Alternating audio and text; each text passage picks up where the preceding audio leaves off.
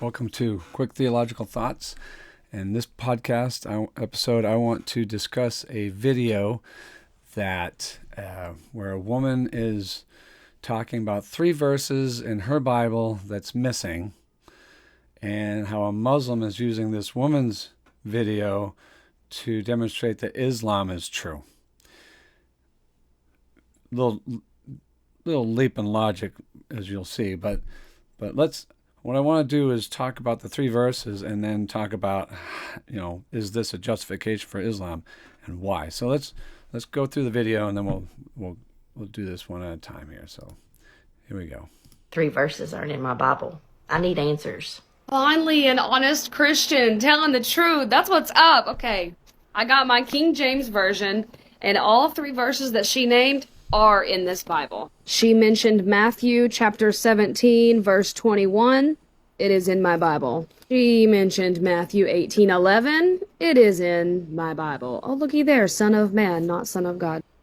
And last but not least, we got Matthew 23:14. It is in my Bible. I have been Christian my entire life until I was 25 years old, and I discovered Islam after so many years of praying to the Father to guide me in the name of Jesus. Islam is the truth. Read the Holy Quran that was sent to the final prophet. Jesus is not the Son of God. This book has been corrupted. Come on, Christians, it's time to say your Shahada. I bear witness. Okay, we'll do that later.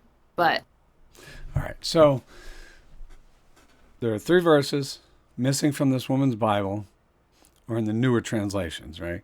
And then this Muslim woman is showing, look, it's in the King James. So there's I don't know about the first woman's videos, if she's going down the path of King James onlyism, or whatever the case is.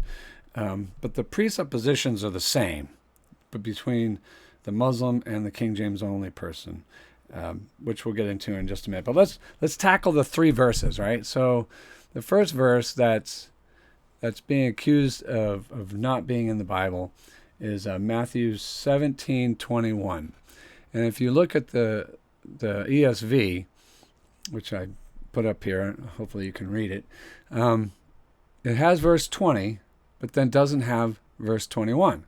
Well, verse 21 in the King James says, "Howbeit this kind goes not out by prayer and fasting." So Jesus is talking. He says to them, because of your unbelief, they weren't able to cast out a demon. And so in the newer version, it says they weren't able to cast out a demon, but it doesn't have that extra explanation. Well, where'd the verse go? Right? So that's the question. We're removing verses from the Bible. And the answer is really kind of simple if you're willing to think about how did we get our manuscripts. And this is part of the problem, is that people don't know how the Bible came down to us, right? So these variants, as they're called, have been known about by scholars forever. But the average, the professor at your college, let's say, who is not a Christian, will take advantage of the ignorance of Christians on these variants and how evil the scholarship has been by hiding this information from you. Nobody's hiding anything. Christians have put this stuff on display for centuries. There's nothing new here. The fact that the average Christian doesn't know about it is irrelevant. So what's the explanation? So if you don't have New Testament text and translation commentary by Philip Comfort, get it, because it offers explanations on variants, and we'll get into the Muslim, the Muslim argument against this. But here's the explanation of Matthew 17:21. The external, and I'm not an expert on manuscripts. I'm just saying I know just enough to know that a lot of this stuff is just silliness. All right, so Comfort says the external evidence against including this verse in Matthew 17:21 is substantial. There are lots of early witnesses, cites the Old Latin, Coptic, Syriac, and so forth, that where they if the verse was originally part of Matthew's gospel, there is no good reason to explain why it was dropped from so many early and diverse witnesses. So the earliest manuscripts that we possess, there's a wide variety of them that don't have the verse in this particular location. Well, it's not that the verse was taken out. It's just that the question is, what did Matthew originally write? What did Mark and Luke and John originally write? That's really the question. And if you don't have certain presuppositions, right, we can go and investigate these things. Right? If you're not a King James onlyist that has a certain view of inspiration, or a Muslim that has a certain view of inspiration, and they share the same view, then there's very easy explanations for these kinds of things. Some of them are difficult. Well, here's the explanation for this. In fact, the same manuscripts that have the longer form of Mark 9:29. So this comes from, it's far more likely that this added verse was assimilated from Mark 9:29 in its long form. So the manuscripts that have this verse have the longer form. Okay? And what the author here is saying is like, look, the copyist back centuries ago was probably very familiar with Mark 9:29. Well, what's Mark 9:29 say? Well, take a look. He replied, "This kind can come out only by prayer." So it's in the Gospels. This is original. Mark 9:29 has this verse. Okay? So it's not, if the scholars were trying to hide this verse, they would have taken it out in all of the Gospels, right? I mean, wouldn't that make sense? But no. In verse 28 of Mark 9:28, after Jesus had gone indoors, his disciples asked him privately, "Why could not we drive it out?" And Jesus replied, "This kind can come out only by prayer." Okay? Nobody's hiding that. It's right there in Mark 9. But it's not originally in Mark 17. So for whatever reason, Mark 9:29 gets assimilated into Matthew 17:21. But the question is Matthew 17:21 original? And scholarship can see, no, it's not. You have parallel texts, parallel stories. One of them has that ending. One of them doesn't. And it's not that there's an original contradiction. Matthew just didn't tell that portion. Mark did, for whatever reason. And so whoever was copying Matthew was very familiar with Mark and moves it over. Helps God out, right? We're trying to help God out. Well, it's over in Mark. We better get it over here and into Matthew. And so but see, the beauty of the Bible, the beauty of the manuscript tradition is something called the tenacity of the text. We have what was originally written, and we have all the errors in the manuscript tradition. That's just how God chose to preserve his word throughout history. Right. The second one was Matthew 18:11. Now, let's take a look at Matthew 18:11. In Matthew 18:11, let's go there. It says, "Take heed that ye despise," this is the King James, "take heed that ye despise not one of these little ones, for I say unto you that in heaven their angels do always," right, "behold the face of my Father which is in heaven. For the Son of Man is come to save that which is lost.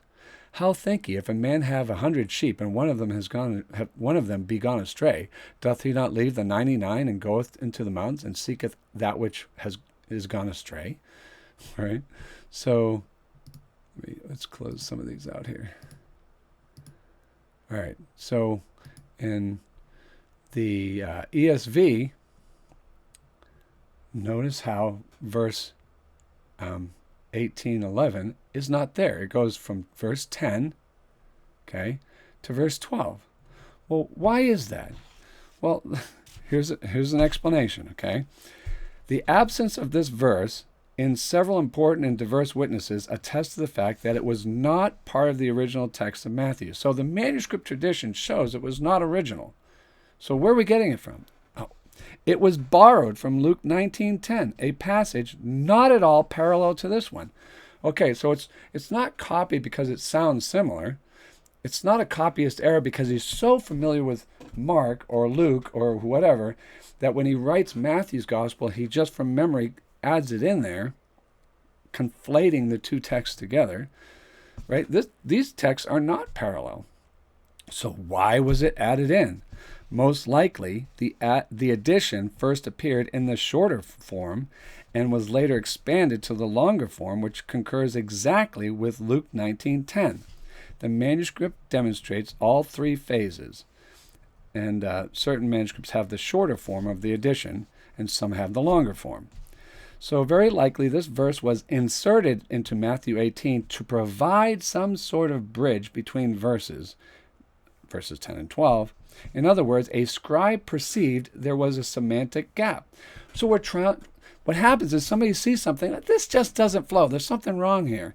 And so he takes a known verse, well, this must be what needs to belong over here, and this must be what needs to fill in here. And so we're trying to help God out. And usually when we try to help God out, we end up not helping God out, okay? So this verse does exist in the Bible. It just exists somewhere else.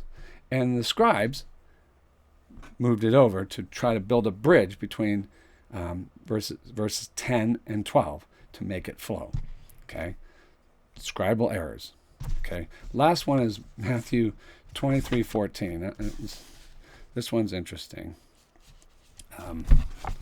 23:14 says, "Woe to you, scribes and Pharisees, hypocrites, because you devour widows' houses and for a pretense make long prayers. Therefore you will receive the greater judgment."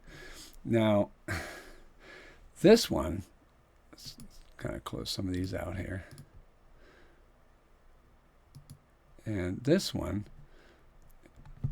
if you go to the ESV, woe to you, scribes and Pharisees, hypocrites, in verse 13, notice there's no verse 14. It goes right to verse 15.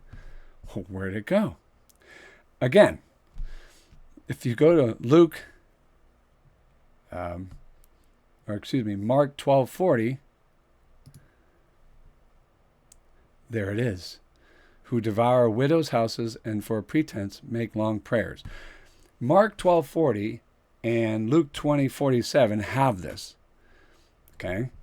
But Matthew 23:14 does not. The question is, did Matthew have this in the original? Well, no. Does that mean we took it out of the Bible? No. Does that mean we're hiding it? No. Does that mean we added it on? No. It's in the Bible. There was a period in the fourth. The reason that Comfort says that this happened is that in the 4th century, there were copyists who noticed, oh, this story is over here, and they sound a little different. Well, this story over here is missing this verse. So, which in those days there weren't verses, right? So. But it was missing that portion. So the copyist said, well, it's over here in Mark, and it's over here in Luke. Matthew doesn't have it. So what do they try to do? They try to help God out by making them all the same. But Matthew doesn't have it, okay? We didn't take it out. We didn't add it in. It's just a copyist. The scribes who were copying all this went, well, we need to harmonize this. Somebody forgot to copy it. Maybe in previous generations. Maybe somebody forgot it in the 2nd and 3rd century. It's not in my... Holy cow. I'll go ahead and fix that. I'm going to move what's over in Luke and Mark, and I'm going to take that little verse and move it into Matthew so that they all read the same. Okay? This isn't some kind of conspiracy, right? We try to make this so evil, so bad, and it's just not the case. And if you don't have Comfort's book, I highly suggest it. It's really, really helpful. But here's the thing. We're talking about manuscripts. And for this lady, for this convert from Christianity to Islam, the question is the presuppositions that she has. Now, people convert for all kinds of reasons. And if I were to demonstrate to her all this stuff that I just showed you, this book right here for her, as well as for the King James Onlyist, it wouldn't change anything. And the reason is they need absolute certainty in a way that's completely unhealthy, right? They want the idea that there would be variance in the Bible is a problem for them. King James only is, in their minds, that when the Bible says not one jot, not one tittle, when Jesus says not one jot, not one tittle from the law shall be broken, in their minds, that means there can't be variance. However, in Jesus' day, guess what existed? Variance. So variance existed when the King James translators translated the King James translation. In fact, the King James translators knew about the variance, and the King James translators said, as we get more information and as we discover more manuscripts, we can make our translation better. So the King James translators didn't believe their translation was the be-all, end-all. They knew about variance. So we're not sharing, the King James Onlyists and the Muslim in this case, are not sharing the same presuppositions that the King James translators themselves had. Okay? Their view of biblical inspiration was different. For these people, it's almost as if every copy has to be inspired.